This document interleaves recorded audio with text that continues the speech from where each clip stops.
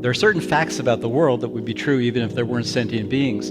Coming up on Philosophy Talk, finding meaning in a material world. How can there be meaning in a world that is ultimately nothing but gas and dust? Well, even though we're nothing but gas and dust, human beings still value things. That's the source of meaning. It starts in the nature of the valuing beings. I heard a wise person say humans are value mongers. We create value, where existentialists would say we're thrust into the world as valuers. Our guest is Owen Flanagan, author of The Really Hard Problem, Meaning in a Material World. We're all much more aware now that we're psychobiologically and historically fragile beings, and our values are largely given to us without our rational consent, and that should make us more humble. Finding meaning in a material world. Recorded live on the Stanford campus as part of the continuing study series, The Art of Living. Coming up on Philosophy Talk.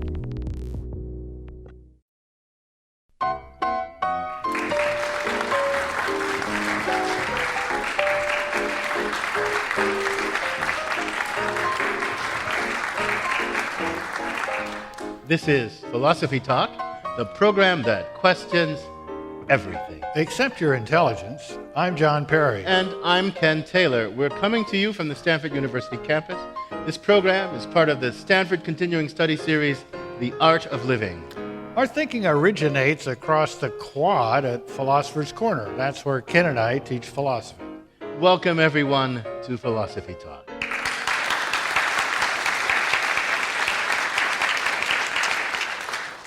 Today, meaning in a material world. Well, Ken, modern science tells us that, sad to say, there are no souls, no transcendent God, nothing transcendent.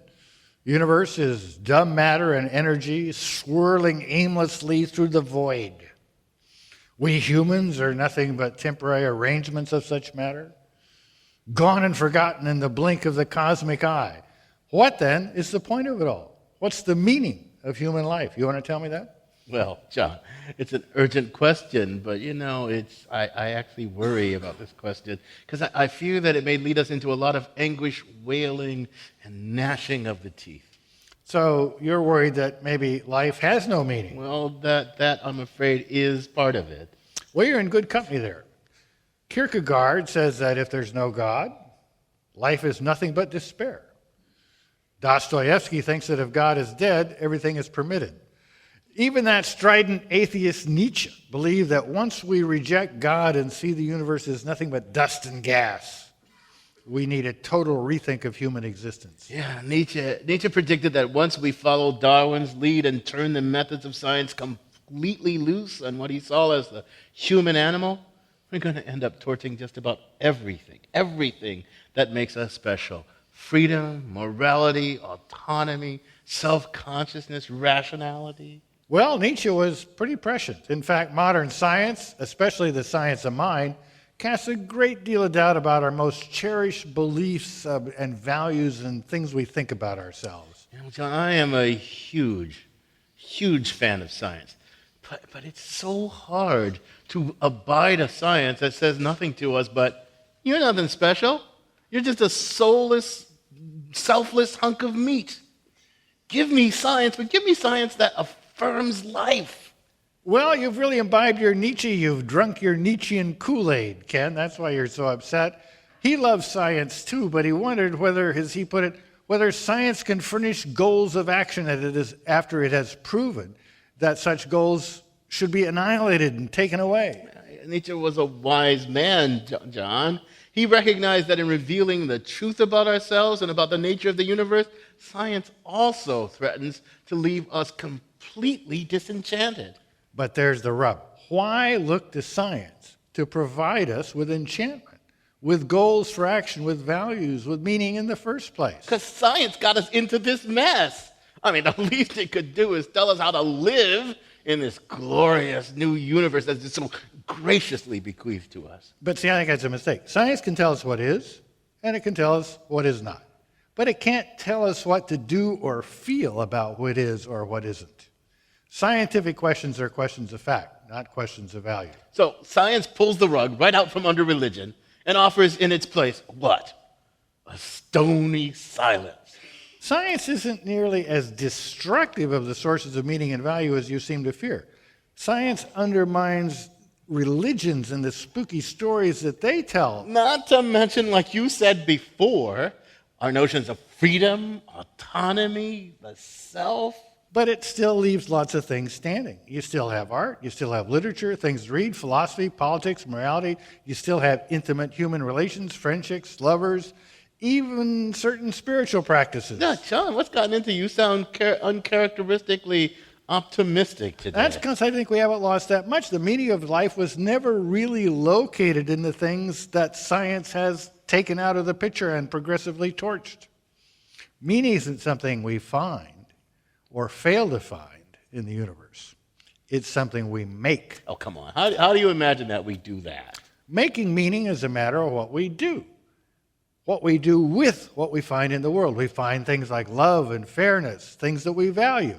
We have visions of peace and the end of world hunger that we devote ourselves to, and that's what it is to make meaning. I guess you think we shouldn't blame science, but the limits of our imagination, right? Exactly, you've got it. You know what? Now you sound like Nietzsche.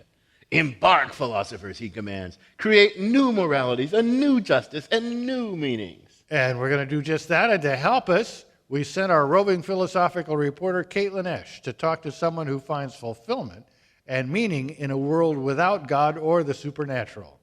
On a recent Sunday, a group of atheists fanned out across the country, visiting about 20 congregations from Buffalo, New York to Minneapolis, Minnesota. It was called Interview an Atheist at Church Day, and it was organized by Kyle Jones, a PhD candidate in religion at Claremont Lincoln University. The purpose is to start breaking down some of these walls that have existed for a long time between atheists and Christians, and to put a human face, to put skin on atheists, to humanize them so that some stereotypes are fought and that there's mutual dialogue and beneficial growth.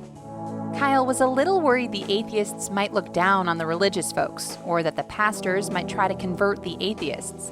So he came up with a list of questions to help kick off the conversation. How does your atheism influence your day-to-day actions? How do you as an atheist understand morality? How, as an atheist, do you find meaning? Number 3 got me wondering, how do you find meaning if all there is what you see? How do I find meaning? That's an interesting question because I don't find meaning, I experience things meaningfully. Okay, so what does that mean? What even is meaning? Yeah, just meaning is not something that you find somewhere, as if I go and I open up a treasure box and I go, wow, there's meaning. I've found meaning. Meaning is something that is part of experience. So if you're a human that can cognitively experience things in the world, you experience those things in a qualitative sense. When we talk about meaning, it seems important to establish what we believe in. So I asked Kyle, what do you believe in? I believe in being a good person. I believe in the inherent worth and dignity of Homo sapiens and higher primates. What I don't believe is in anything supernatural. I don't believe there are gods or a god or a mystical, magical force that permeates the universe. But it wasn't always this way for Kyle. At one point, I became a Christian for a couple of years in my late teens. During his Christian phase, the idea of cosmic order, that everything happens for a reason, really appealed to Kyle. Best of all, every tragedy and positive event had purpose or hidden meaning. Because it was all tied together under this grand plan, this scheme, this meta-narrative of God. So somehow even the worst things that happen were for God's glory and for my betterment, and the good things that happened were blessings from God. So it was all connected, yes. But this phase only lasted about 4 years. At some point, he found it difficult to believe anymore, and he started asking questions, which is how he became an atheist who's also a PhD student in religion. I asked Kyle if his quality of life decreased after he deconverted, like if he became depressed in this huge, meaningless world. Loss of happiness? Not necessarily. What I did find was a troublesome adventure ahead of me, as opposed to a plan that I was fulfilling. Kyle traded in his quest for meaning for personal agency. And he says it's been liberating. For Philosophy Talk, I'm Caitlin Esch. Thanks, Caitlin, for that interesting talk with Kyle, the atheist who believes in meaning.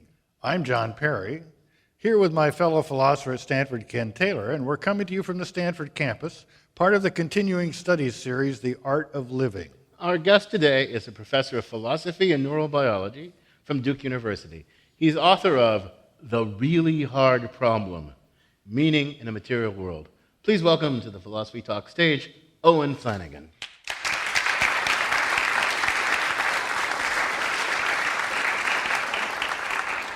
Owen, we've known each other quite a while. I think of you as an analytic philosopher, trained pretty much like me.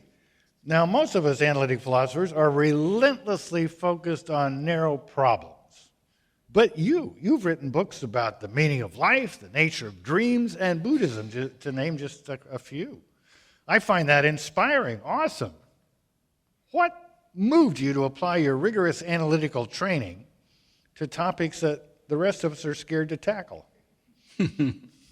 Well, I don't think I had rigorous analytic training when I sort of chose my philosophical problems. I grew up as in the 1950s in New York in a devout Irish Catholic family, and I think to this day that a lot of my philosophical interests in sort of what we consider big questions come from being that boy, now grown into a man who learned some analytic skills along the way. So you're essentially a angst-ridden searcher for meaning and kind of contingently an analytical philosopher on top of that. I guess that might be the way to put it. Like a lot of people, when I reached puberty, I guess maybe it was overdetermined, but I started to lose faith. I started to go to 10 o'clock diner instead of 10 o'clock mass. And then various possibilities about there being no God, about life not being grounded in transcendent meaning, possibility of the Dostoevskian idea that if there is no God, then everything's allowed. That sounded good to the young man in me. So now, a lot of theologians and philosophers, mostly theistic ones, but not just theistic ones, think that if there's no God, then we face this hugely difficult problem about the meaning of life. I'm not so convinced, but I'm curious as to what motivates the thought. So what do you think drives people to thinking that meaning can only come from God or some other supernatural transcendent source? I think it's there are probably several different reasons, but one is certainly, I think, a deep-seated cultural reason that has to do with the Abrahamic traditions. I wouldn't just say it's Christianity because you see it in Judaism and Islam. But there's something very appealing, and I can see what it might be. There's just things that are disturbing about death and dying. There are aspects of the thought of just dissolving back into the bosom of the universe and not going on. After all, death doesn't seem so hot. Being gone for all eternity isn't the most appealing idea, at least to some people. And then you put it into a certain tradition where we say, look, it's not serious unless it's grounded in something like divine command or something. So it sounds like you're saying, look, the Abrahamic religions, all these good things, if there is a God, take those things away, then you don't have any of those good things, right?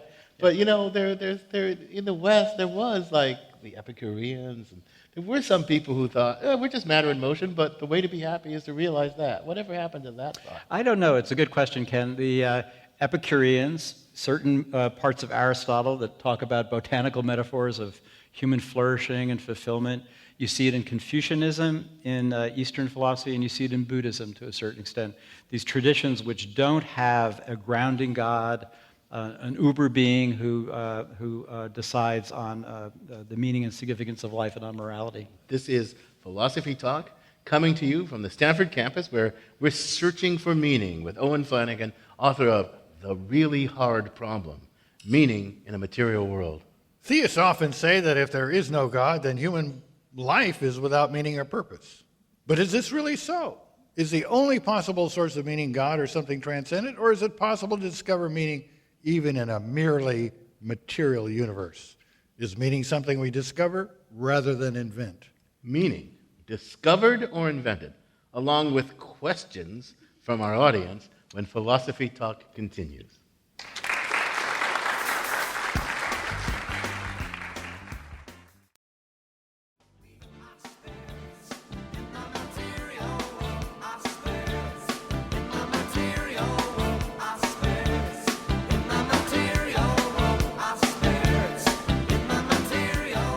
Welcome back. I'm John Perry. This is Philosophy Talk, the program that questions everything Except your intelligence. I'm Ken Taylor.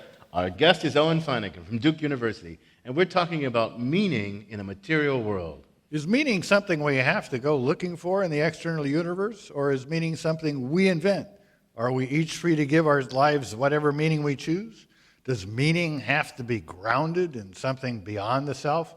Join the discussion by stepping up to the microphones at either side of the stage. So, Owen, we were talking about where this thought that meaning has to be grounded in something transcendent comes from. One thing that drives people to despair about the possibility of meaning and value in a merely material world is the belief that materialism couldn't possibly ground objective values or objective meanings. Now, I want to bracket for a second that worry about the limits of materialism, whether that's true or not. But I do wonder about something. Do you agree, or do you disagree, that in order for values to be real and to be really important, they'd better be objective and not merely subjective? Yeah, I don't think the idea that values are objective is a winning strategy, just because, I mean, there are certain facts about the world that would be true even if there weren't sentient beings. But if, like what the ambient temperature is at this spot right now, value facts don't look like that. They look like to be either, some people would call them subjective, I'd rather call them relational, in the way that colors or tastes are relational. And some things, because of the kind of animals we are, we value, you could say, because of our objective nature, things like friendship, health, warmth, and so on and so forth. Other ones are invented and created and discovered over world historical time. But there's this thought, right, that some people think science undermines meaning and value and more. Some people think that. Right? But science couldn't show that I don't value anything. That's right. But it might show, well, there aren't any value facts. I mean, my valuing something doesn't make it value. My believing something doesn't make it true. So my valuing something doesn't make it valuing. Some people seem to think that it's not just our valuing, because I could value anything, but things have to be worthy of valuing. And so if you can't objectively ground things as worthy of valuing, then values are just no big deal. What do you think about that? Well, I think you can't, let's take something like, and not all things that are worth valuing are moral values. There are aesthetic values, there are epistemic values. But we're social beings, we're gregarious social animals. This is sort of the Darwinian message we start with, right? That's where my naturalism, I prefer naturalism than materialism because it's less reductive sounding or less scientific. But the Darwinian accepts that we are 100% animals, and we have no special mental equipment, no souls, and when we die, we're gone. And we're probably even not an eternal species. In fact, we're almost certainly not eternal as a species. So the questions are some values more worth valuing, or do some things matter more than other things? And I think that's a very, very complicated thing. My overall idea would be that we solve those problems in conversations with other gregarious social animals in complex social ecologies. So we are able to say things like, having certain excellences, like being a good and reliable and honest friend, is something that humans have come to learn and discover over time is of great value to being successful. John looks very unhappy here. Yeah, wait a minute. You guys, I mean, come on.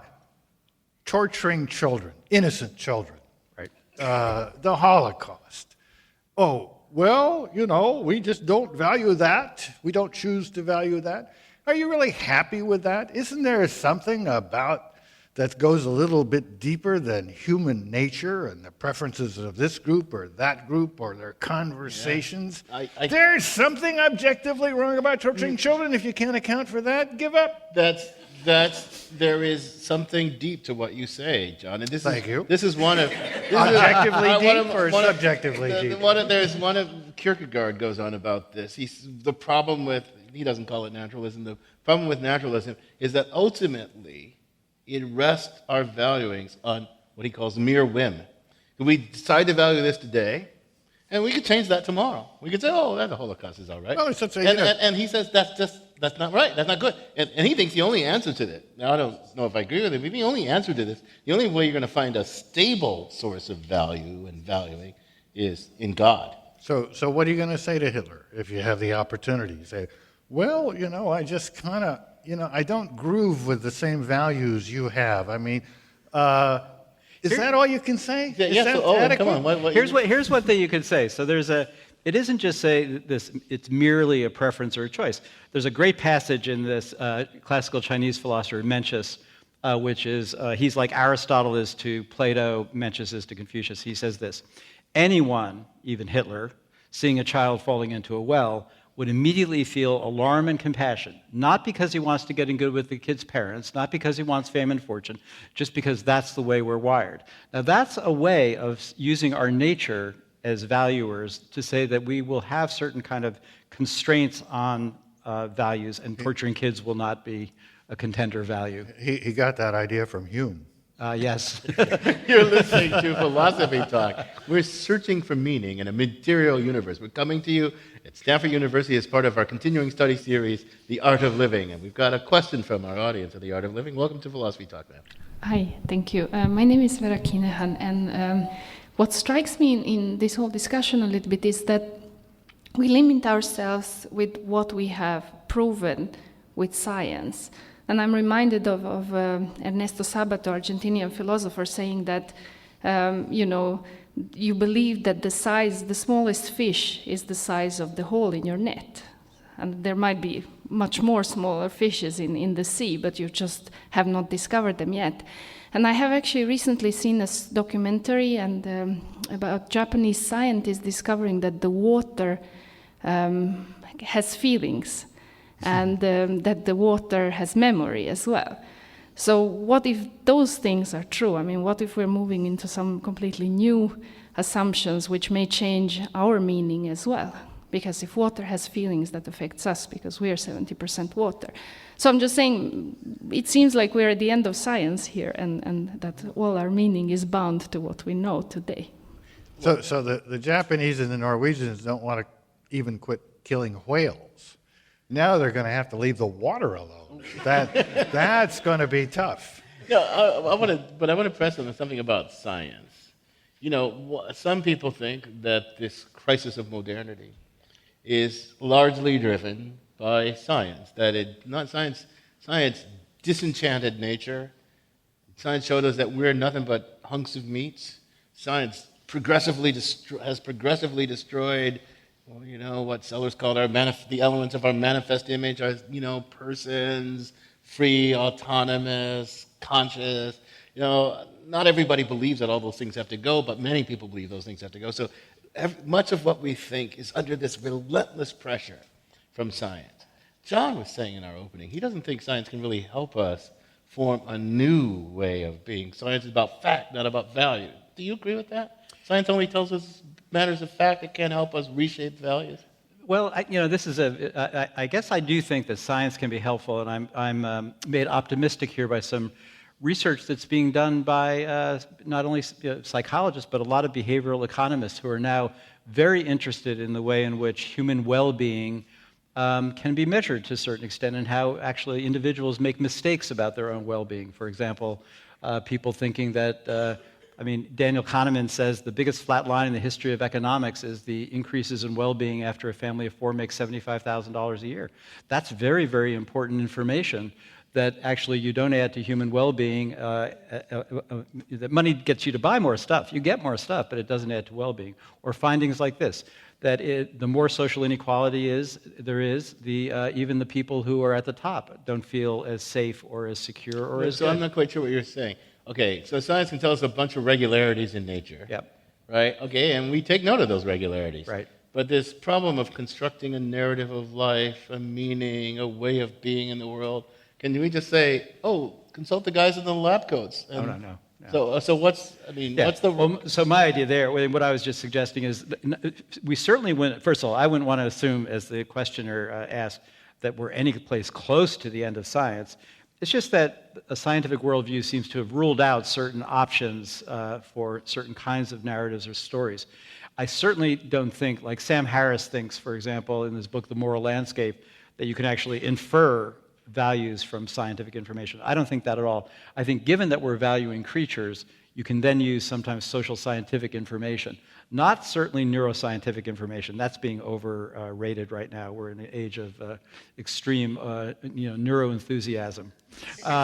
But there's all the facts about the world, about human social relations. For example, the best predictor of well-being across the globe is the degree to which there are other people you can depend on. And in sub-Saharan Africa right now, half the people think that there aren't people that they can depend on. And that's the best predictor of non-well-being. But insofar as we think, as you kind of alluded to with Mencius and Hume, that human sympathy for the feelings and distress of others, we're discovering that in many ways we're more like the rest of the world than we thought. I mean, I was raised to believe that, well, fishing was okay because fish don't feel pain. Then I asked a biologist once, and they said, well, that would be odd because they have, they're on the same evolutionary line as you are, and you feel pain. I'm a little skeptical about water having feelings. But on the other hand, we know so little about consciousness. You're a professor of neurobiology. That can we rule any of this out? So one way science can really undermine our values is by making us really think we don't even know what's happening relevant to what we care about. We don't know does that table feel pain? Well, probably not. But these are complicated questions. I think that sometimes you can rule out answers. I think tables and chairs, it'll be the end of the world as we know it if they end up having feelings. From what we know about the nervous system, not in cultures about nervous systems. Well, here's an interesting case. This is related to the question about does science do this work for us? There are many other cultures, like take in 500 BCE when Jainism and Buddhism broke off from the mother tradition in India. The Jains still to this day go around with surgical masks and brooms to avoid making any sentient being suffer. And it's an open question, what are the sentient beings? Right now, I think lots of, for example, moral vegetarians take it all the way down to oysters and clams and scallops and things like that. And below that, probably not. You're listening to Philosophy Talk. We're searching for meaning in a material world in front of an audience at Stanford University as part of our continuing study series, The Art of Living. And we've got a questioner. Welcome to Philosophy Talk. Yes, thank you. My name is Mary. I'm from Palo Alto. And going on the premise that people want to feel safe, they want relationships, and they want to feel ultimately loved, do you believe that morality is an invention by people to protect what they value most? And that is valuing life and all that comes with it, the love, the safety, the relationships. I think that's an entirely plausible view, and it actually cuts some distance. I mean, Ken asked earlier if morality was completely subjective, and I would want to say if there's no sentient beings, there's not morality, but it starts in the nature of the valuing beings. I heard a wise person say humans are value mongers. We create value, where existentialists would say we're thrust into the world as valuers. The basic things we value are things like life, comforts of various sorts, friendship. Aristotle famously says, when I go around asking everybody what they want, they all use the same Greek word, eudaimonia. They want to have well-being, but he said, under no conception of well-being would a person choose to ever live without friends. That's interesting. That says right away that we're gregarious. That's a very uplifting thought. I do think that's where the ethical urge begins, in our valuing of ourselves and people we hold dear. But here's the thing. Here's the depressing things about human beings. We've all lived through part of the 20th century.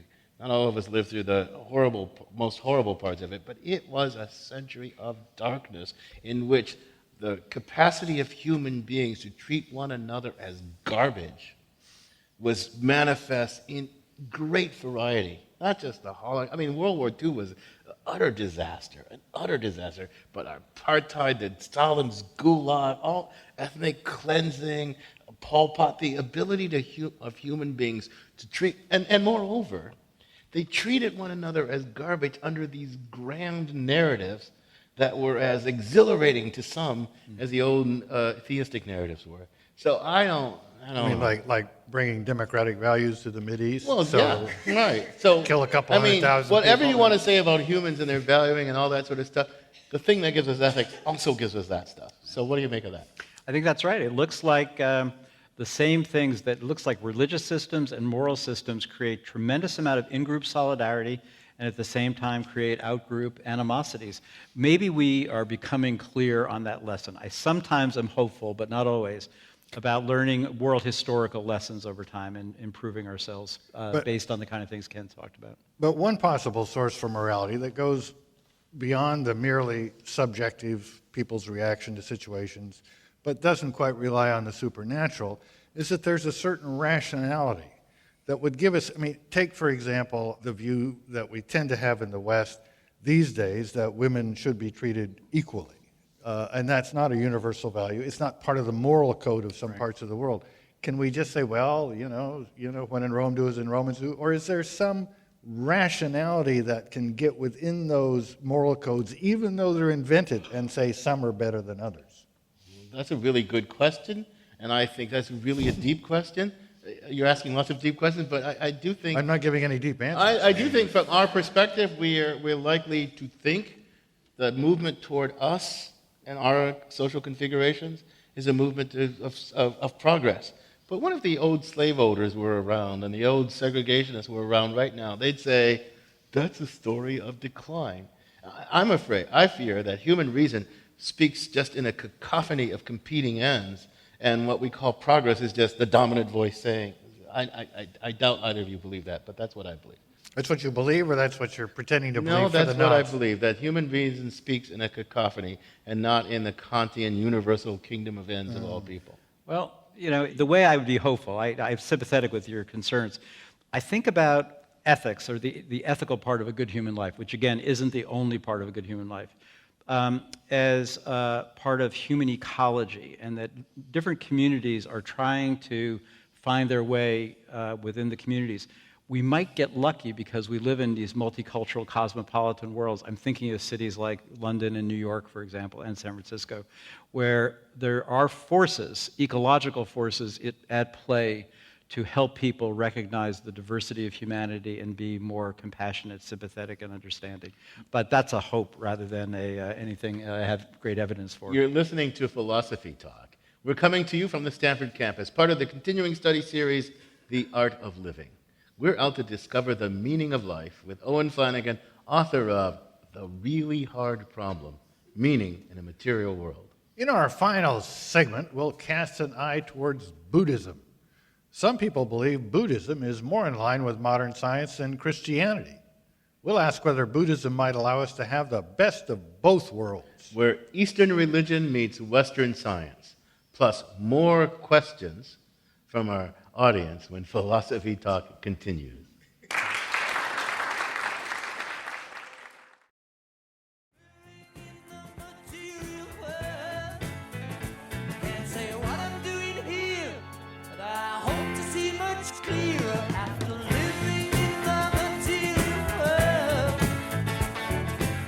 Welcome back to Philosophy Talk. I'm John Perry. I'm Ken Taylor. Our guest is Owen Flanagan from Duke University, and we're asking about the really hard problem, finding meaning in a material world. Owen, you've written a fascinating book about Buddhism, The Bodhisattva's Brain, Buddhism Naturalized. Do you think Buddhism gives us the best of both worlds, the naturalism and objectivity we look for from science, and the spirituality we want from religion? I'm not a Buddhist, but I was really interested in Buddhism and admire it greatly because by our standards, it's atheistic. That is, there's no creator God, there's no being who grounds morality or the meaning of life transcendentally, but it's morally very serious. So I'm impressed by it. I'm impressed by it in the same way that maybe Ken is by the Epicureans, and I am sort of by Aristotle and Confucius. What I realized in studying Buddhism is that it's one of several, and two of them are living, the Confucian tradition and the Buddhist tradition, of non-theistic, morally serious traditions. So the answer would be a provisional yes. Why do we think of Buddhism as religion? I mean, we in the West think of religion as creator, God, and all that sort of stuff, but we do think of Buddhism as one of the world's great religions. Why not just a philosophical system, a meditative practice? Is it really a religion? Well, this comes up sometimes among religion experts, whether it should be called a religion. I should say, despite what I said about it being officially atheistic, there are a lot of ghosts and spirits depending on your kind of Buddhism. So it isn't as if it's purely naturalistic. It's a especially in certain Tibetan forms, it's a lot of hocus pocus, as I put it. Well, the 14th Dalai Lama, the current one, believes that he's identical with the 13th Dalai Lama, the reincarnation thereof. He also told me that I was a reincarnation of the 7th Dalai Lama because I said that you just can't decide by definition that things like anger are bad. But But it was because of meeting the Dalai Lama. He invited me to Dharamsala, where I went in 2000, to talk about destructive emotions and how to overcome them. And again, I love comparative philosophy, and I recommend it to you all because I've discovered that there are so many different ways of being human that are worth taking seriously, that don't all have the same belief structure. And this Dalai Lama is actually impressed by science. He said in one of his books, but he's also said it in my presence, that he said, we Buddhists believe in rebirth. So you might say this is a problem. They don't believe in God, but they believe in rebirth. They believe in sort of a justice ordering of the universe. But he says, if science were to disprove rebirth, we would give it up and we should give it up. Now, well, there you go. I'm sitting there and thinking the Pope would not say that. Well, there you go. We've got another question from our audience. Welcome to Philosophy Talk, ma'am. Hi, I'm Amy from Mountain View, and I want to use a word coined by a great philosopher, Stephen Colbert. So we talk about truthiness, which is our deep feeling that something is true, maybe in the face of conflicting evidence. Are we substituting valuiness for values? I am a person who believes that one of the great mistakes but it's hard to say this, of lots of philosophy is to think that our values have to answer to something independently of us. Yeah. I think of our values, well, they're our values. I value this water. Is it intrinsically valuable? No, it's valuable to me. Some people say, no, that can't be right. Things have to be valuable. And it's because of what John was worrying about earlier, right? What about the kid drowning, the Holocaust? You can't just say, either I value it. It's something in it that commands you.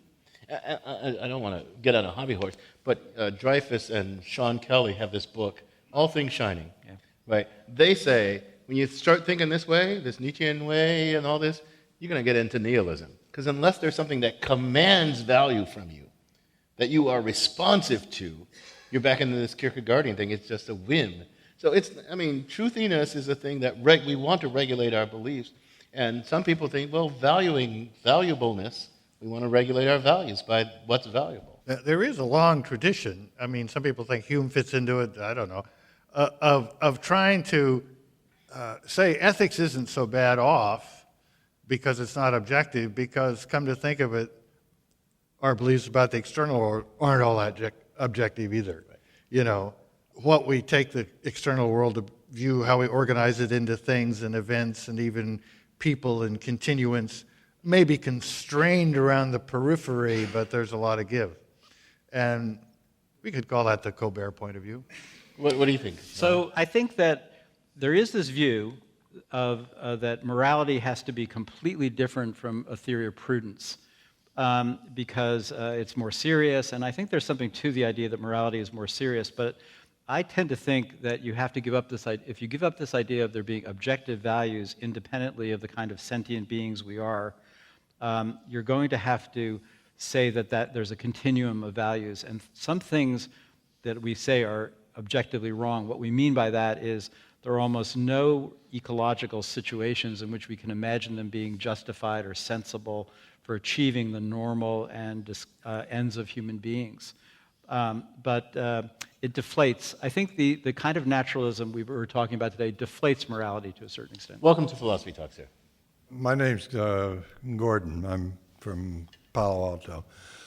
It seems to me people have a range of values that we all have been experiencing and have in our heads, and that we can have primed and made available at any given moment some of these values to the detriment of others.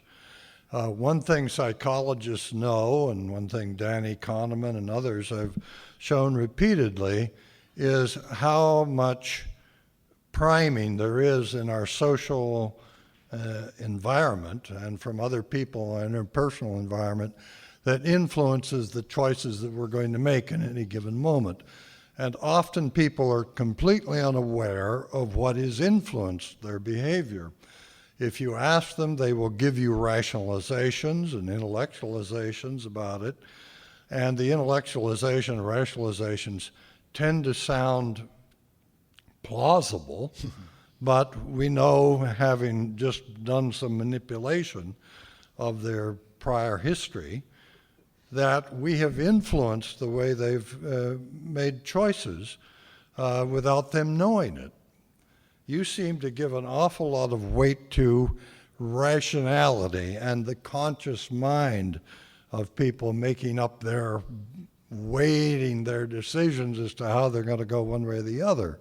And as a psychologist, I'm more convinced that people get influenced and in an unconscious way. I'm so glad that you're in the audience, Gordon, and I'm so glad you said that, because again, I want to go back to the science of mind, of which you are one of the leading practitioners, that we have these views about ourselves as self-conscious, reflective, autonomous, self-governing things, and you probe into the real dynamics of the human mind, and you find that this story we tell about ourselves and how we work, this philosophically articulated, defended thing, doesn't seem to match the facts. Doesn't seem to match the facts at all.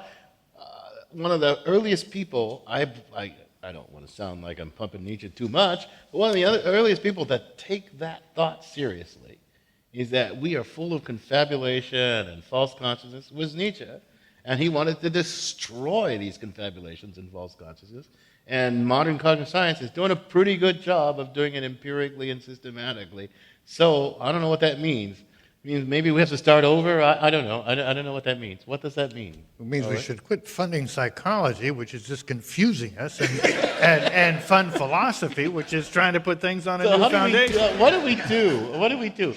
We've got all this work in psychology that shows these stories we tell about how the rational, autonomous mind works are, probably not realistic. Well, you see, I guess I do think, since I've worked in philosophy of mind for a very long time, and I'm well aware of these results about our confabulationism, if that's a word.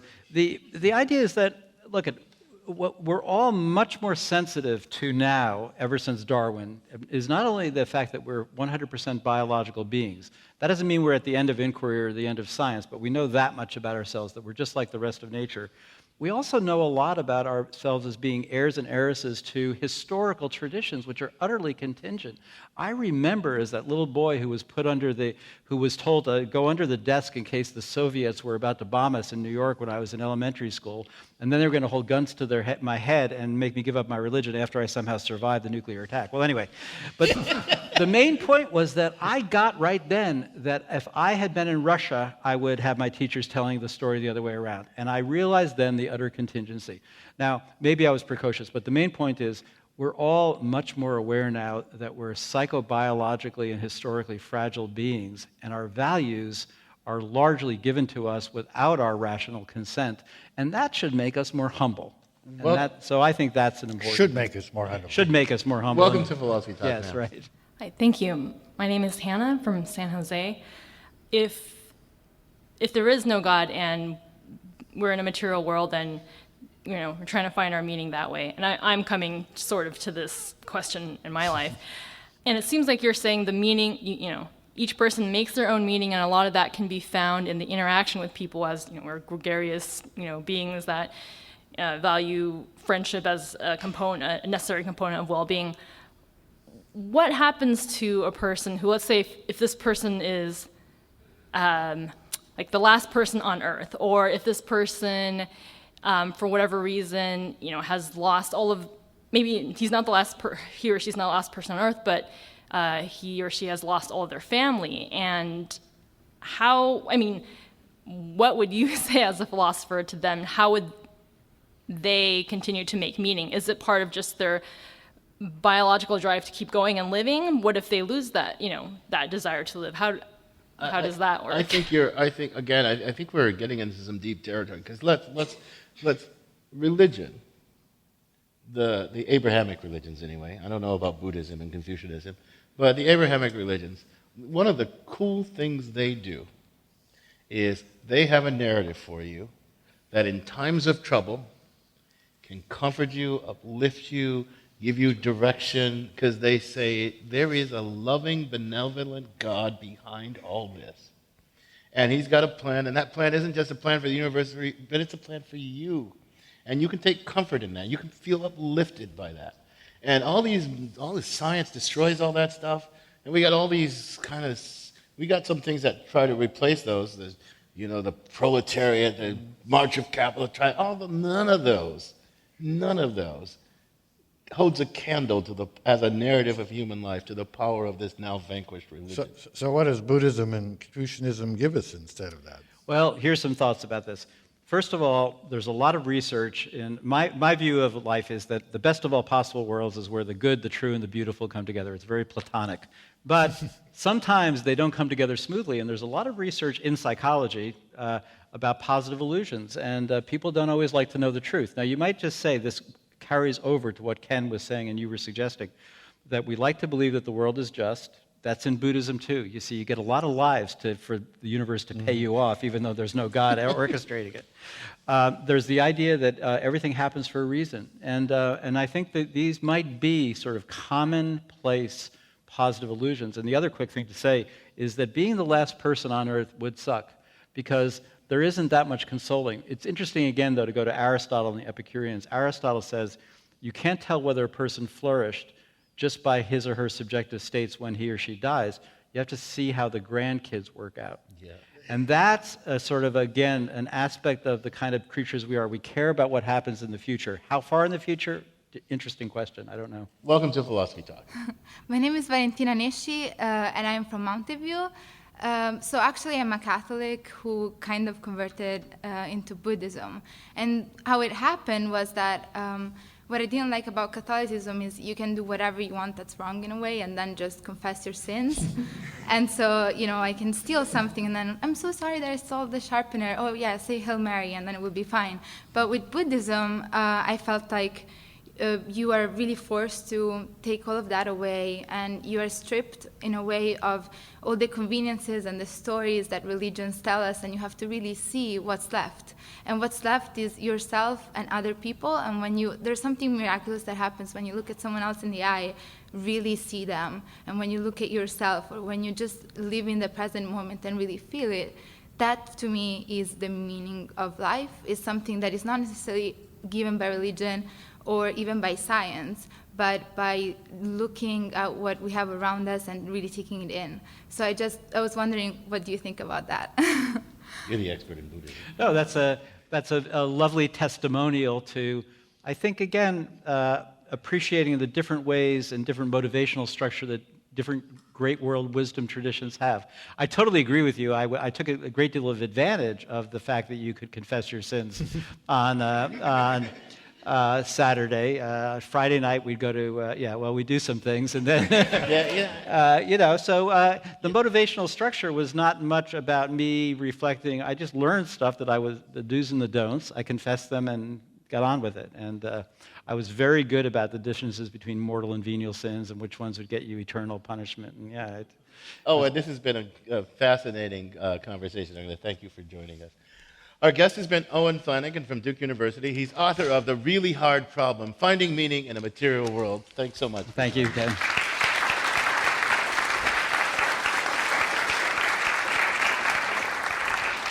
So, John, what are your thoughts now?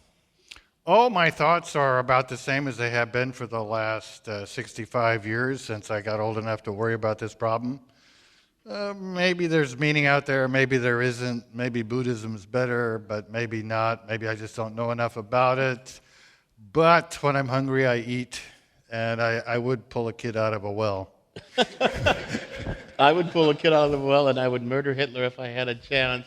But, I am pretty convinced that meaning isn't out there in the world, and if we go searching for it, we're not going to find it. But we shouldn't despair because we put it out there. But then I do wonder about this thing, which meaning, which values, and how do we establish that these are the values? I think this is a huge, massive question, and I do think science challenges us always to reshape and reform them. Well, one idea from Buddhism, which you don't just have in Buddhism, is this idea of living in the moment. And there you often don't have much question. There's not room for question about what to value. Do you value a warm day? Yes. Do you value the smile of a child? Yes. Are you irritated by the cry of a child? Probably. So. This conversation continues on our blog, the blog.philosophytalk.org, where our motto is cogito ergo blogo. I think, therefore I blog. You can also follow our tweets on Twitter, and you can also find out more by visiting our very active Facebook page.